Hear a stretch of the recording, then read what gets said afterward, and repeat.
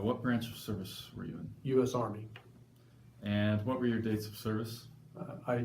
After I graduated from college in 1988, I stayed in for 26 years, and I retired in 2014. Were you drafted or did you enlist? I volunteered. Yeah. Why did you volunteer?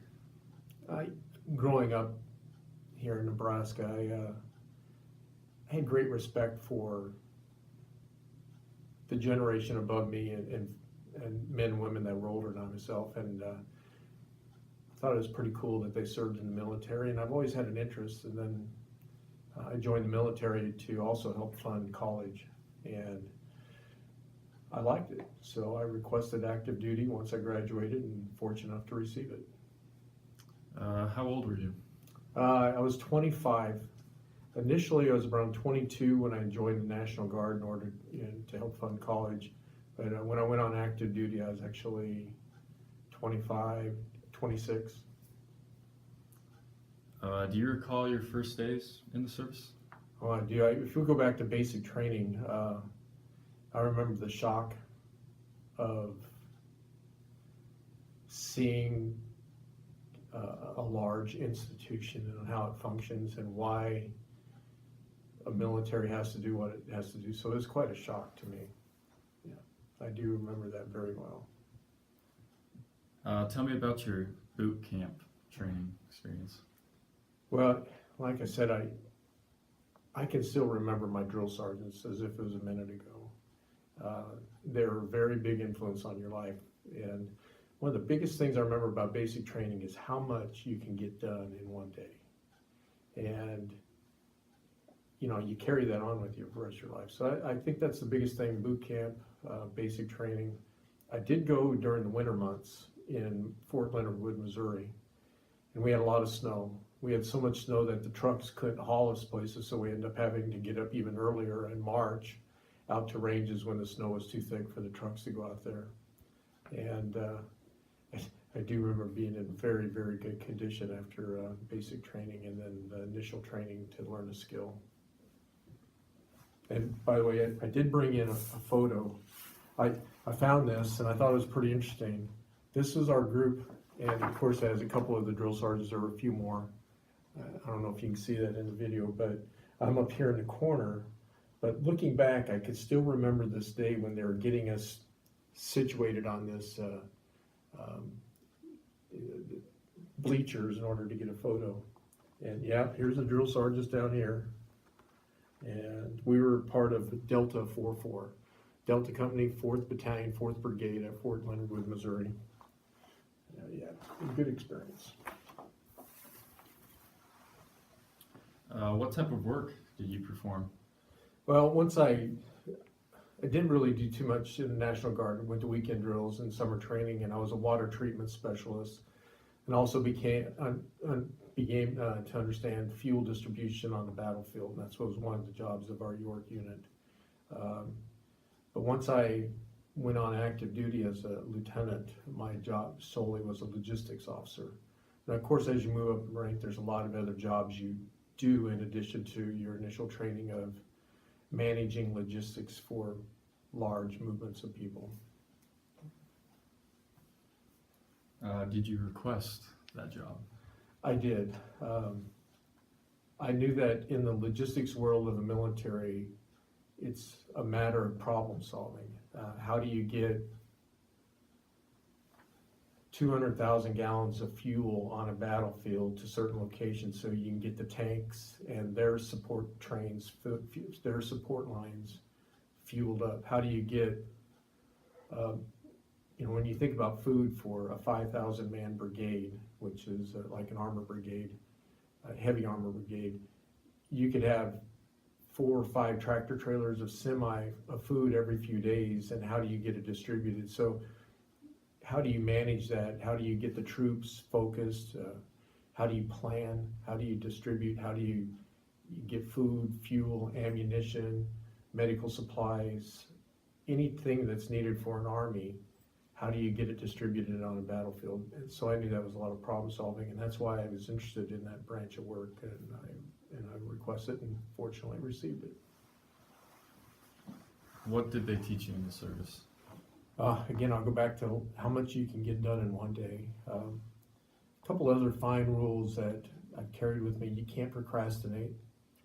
No matter how much time you have to focus and get things done immediately. You just can't procrastinate.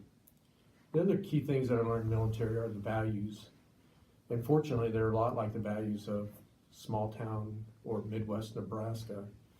Honesty, integrity, selflessness, thinking about the organization and the team before you start worrying about yourself.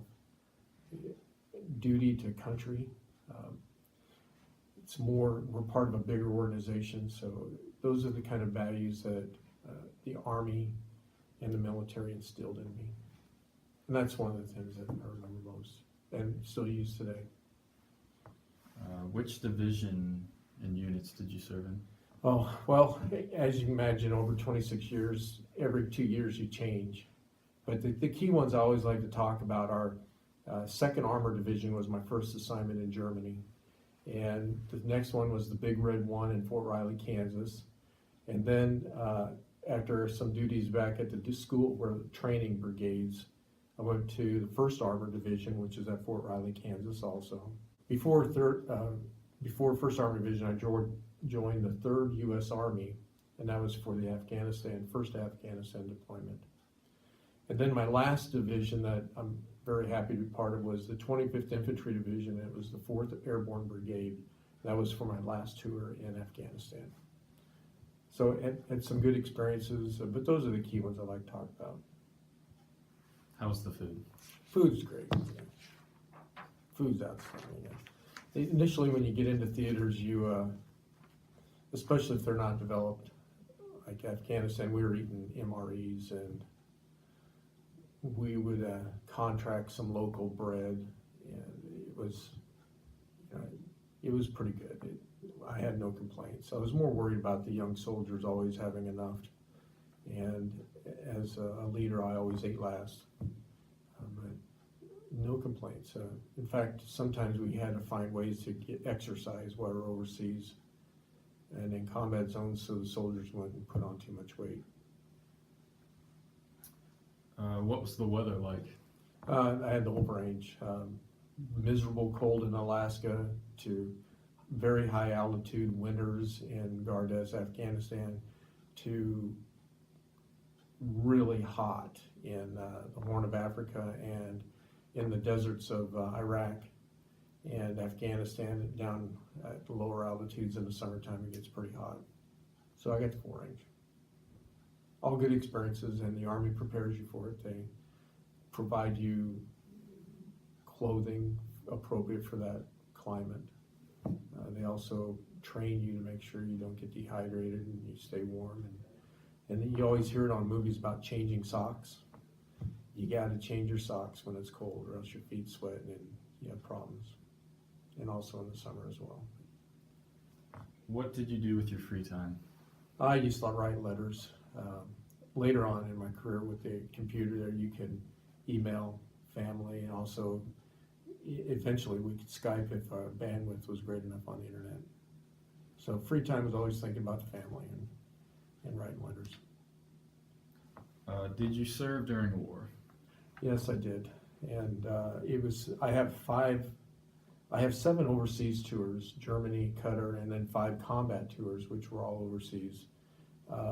The 5 that I served, 5 wars, named operations, was Desert Storm, and then Restore Hope in Somalia, and then Enduring Freedom right after 9/11, and then Iraqi Freedom in 2003 through 2004, and then Afghanistan again from 2011 through 2012. Was this your first experience in a foreign country? Yeah, I had not traveled outside the United States while I was in Germany, but never to the Middle East. That was a very interesting and quite a cultural change.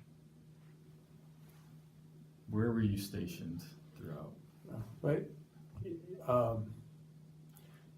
Germany, North Germany, up in North Sea, which was a great assignment with the 2nd Armored Division. I was at Fort Riley twice, Fort Leavenworth, also in MacDill Air Force Base in Florida. Also spent some time in North Carolina, and Fort Lee, Virginia. I was there 3 times.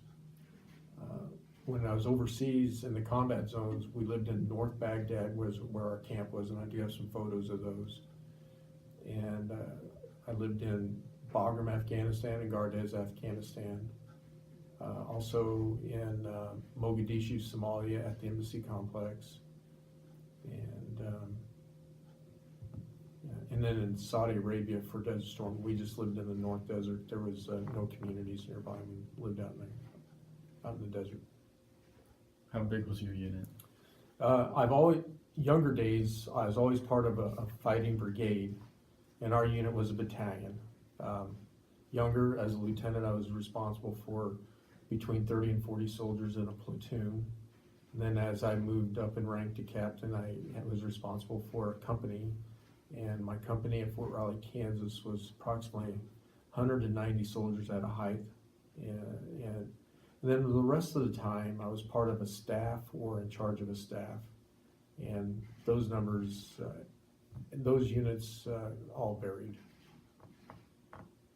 Got the whole range. Tell me about your friends. Oh, I tell you, everybody you talk to in the military, they talk about their friendships they make. And I tell you, starting with the day when I got in, of course, even in basic training, I made good friends, and we all stuck together. But once I got on active duty, those guys that I served with, especially when we were really young in Desert Storm and Desert Shield, we became very close, good friends. In fact, I got a photo of them here. Here's the 4 main ones. There's another one that's not in there, and we're going to get to see the guys second right here at the Pentagon when we go tour. But these guys, you make good friends, you have fun together, you work hard together, and you share and communicate, and that makes a good bond. The military definitely is a brotherhood and sisterhood. What was your most interesting experience? Well, I would have to say my most interesting is going to the Middle East and Central Asia and serving, and even in Africa. And what I do is I grabbed a few things for each major overseas named deployment, and I'll just quickly say these are some interesting things. One thing is how do you do hygiene out in the middle of the desert? You have to be innovative because you don't have running water, and you don't want to use all your drinking water because water is valuable, so you have to sparingly use it for shaving and cleaning. Our unit, we really didn't have enough left over to give everybody showers or hang a hose up in the air and wrap a tent around it, shower. That wasn't until later. Here's a photo of my Humvee. I've had many Humvees, but I've always enjoyed my vehicles. Interesting experiences during Desert Storm after we moved through Iraq. Of course, there was a lot of carnage left behind, and the things you could find on the battlefield from the enemy troops that leave behind was, you can just pick things up, and I'll tell you. But this thing is a little crest that an Iraqi commander used to put his label in wax whenever he sealed an order. So when he folded over an order and sealed it shut, he poured wax from a candle on it and stuck his little crest in it. So I thought that was pretty interesting. I found that. And then this is from an Iraqi soldier. It was one of their berets laying on the ground. In Somalia, I traveled throughout Somalia. Every couple of days, I was responsible for water distribution to all the UN soldiers. So while I was there, I got to meet a lot of people and see a lot of interesting things throughout Somalia. Of course, the government fell apart, and just physically laying on the ground, you'd find passports, anything that was related to a government, you can find. Also, this is the beret we wore. The UN, you had to wear a blue beret so people knew you were a member of the UN.